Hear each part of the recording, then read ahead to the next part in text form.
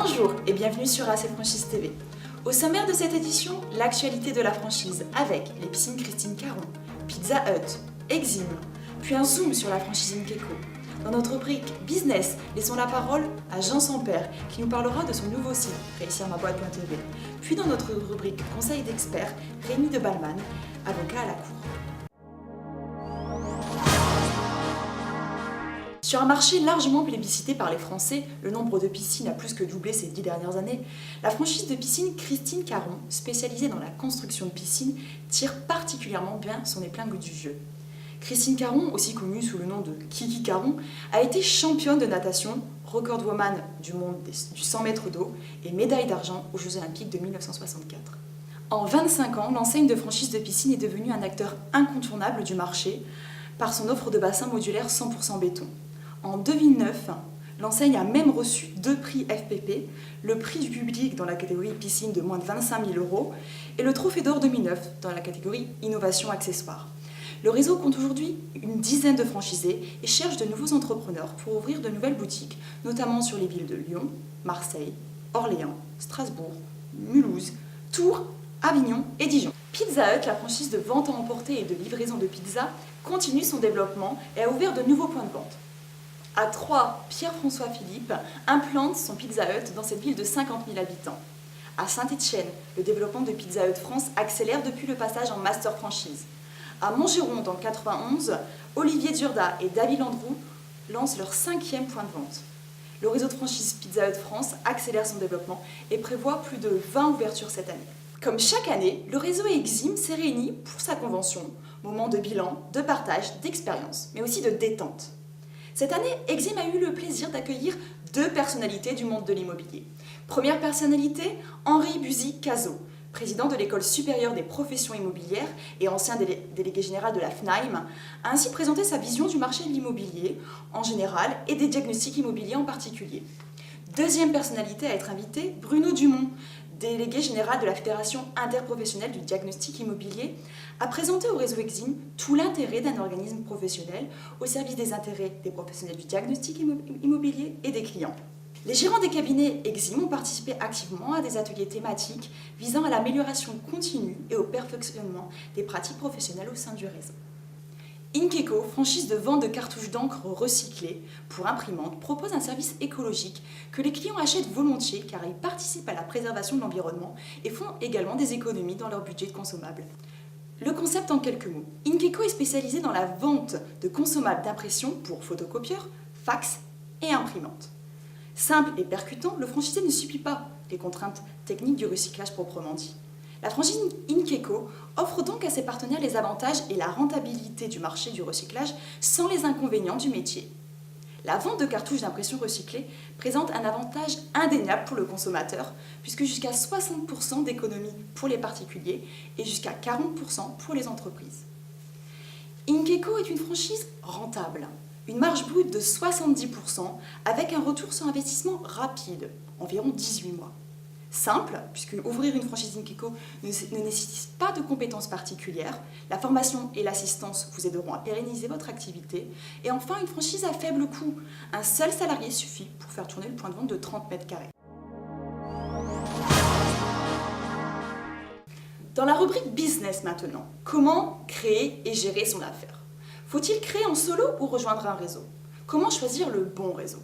Réponse sur réussirmaboîte.tv. Retrouvons Jean Sampère pour une brève présentation.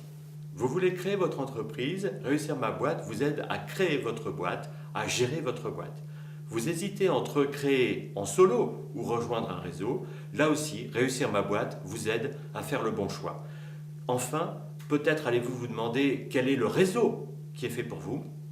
Eh bien, réussirmaboîte.tv, là aussi, vous informe et vous donne les éléments pour faire le bon choix, le choix du réseau qui va vous convenir le mieux.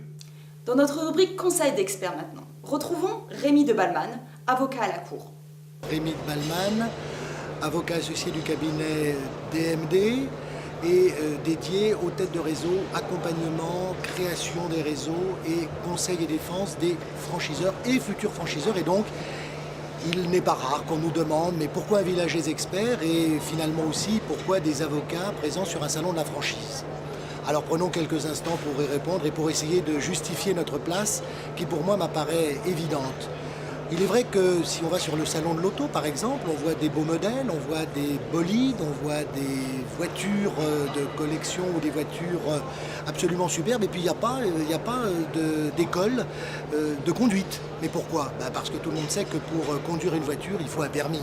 Et bien pour se lancer en franchise, pour pérenniser un réseau, pour créer une relation saine de franchise, il faut non pas sur le plan réglementaire un permis de franchiseur, mais il faut acquérir ce second métier, ce métier de franchiseur. Et donc sur les différents pôles que constitue la relation de franchise, il semble évident qu'un expert peut trouver sa place. Ces trois pôles, quels sont-ils? La marque, le savoir-faire, l'assistance. Et sur chacun de ces trois domaines, il est bon de constater que, encore une fois, le futur franchiseur se doit d'être vigilant.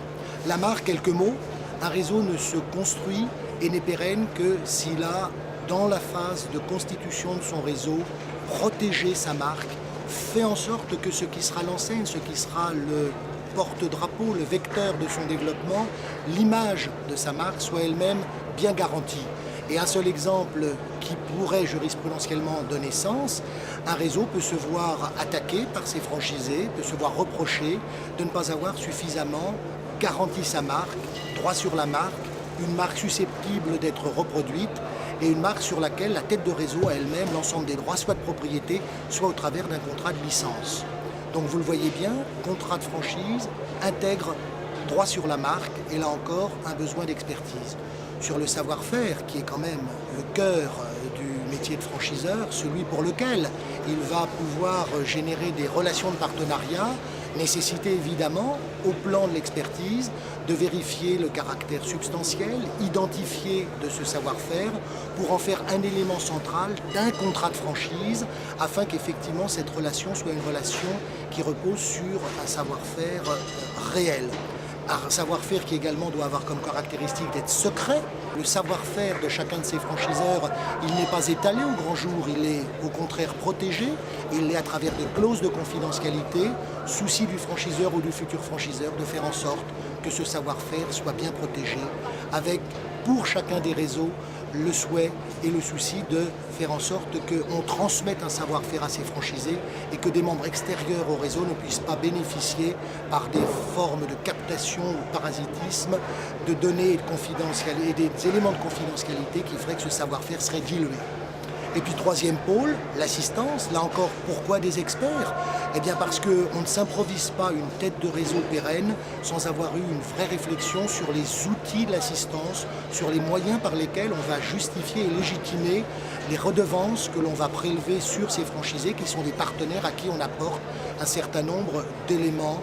D'abord, bien évidemment et avant tout, à travers la formation initiale, puis à travers l'actualisation du savoir-faire et la formation continue, mais également par des visites, par des conseils qui peuvent être également diffusés à travers des systèmes divers et variés de communication. Tout ceci doit avoir été réfléchi en amont et intégré dans le contrat de franchise. Autrement dit, et je pense qu'à cet égard, encore une fois, notre place est légitime, je pense que ce que l'on attend d'un candidat franchisé qui doit s'entourer de conseils et qui doit éclairer son jugement, on l'attend de manière surmultipliée d'une future tête de réseau qui va porter l'ensemble des contrats, qui va être le cœur de cet ensemble que constitue le réseau et qui ne peut se lancer dans cette belle aventure de la franchise comme franchiseur qu'après avoir lui-même non seulement expérimenté son concept, non seulement avoir acquis et rodé les pilotes et bien acclimater son savoir-faire, mais aura acquis également ce second métier qui est celui du métier même de franchiseur. Il ne peut le faire, à mon sens, qu'avec des experts. Et pour reprendre l'image qui était la mienne tout à l'heure de la conduite d'un bolide, on sait malheureusement que certains conduisent sans permis. Je ne crois pas pour autant que ce soit quelque chose qui soit un gage de sécurité routière.